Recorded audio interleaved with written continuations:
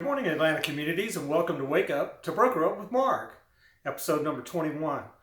Today we're going to talk about offers. If you're representing a seller, the first thing you need to do is make sure that you get the offers to the seller as fast as possible. That means as soon as they come in to your phone or to your email, go ahead and forward them to the seller and then acknowledge receipt of the offer back to the buyer's agent. Make sure you're doing that because it continues to be a problem that people think that offers are not being presented in a timely manner. Second thing you need to do if you're representing a seller is you need to review the offers to make sure the offers are well constructed.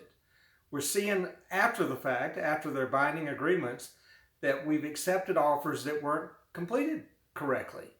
And it's a real problem after the fact because if you need to go in and interpret what it was said, what the parties agreed to, it's hard to do that if they're inaccurate and they have conflicting information. So you have an obligation, not only to the seller, but to yourself and to Atlanta communities to make sure you're reviewing the offers and making sure that the offers are done correctly.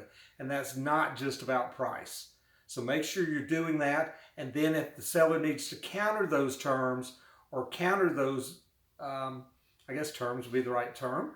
Counter those terms to make sure that they are correct, then counter them in addition to any other counter that the seller wants to initiate on that offer. It's really important because when it comes time for somebody to get out of the contract, for the seller to go after the earnest money, we need to make sure that we have a contract that will hold up.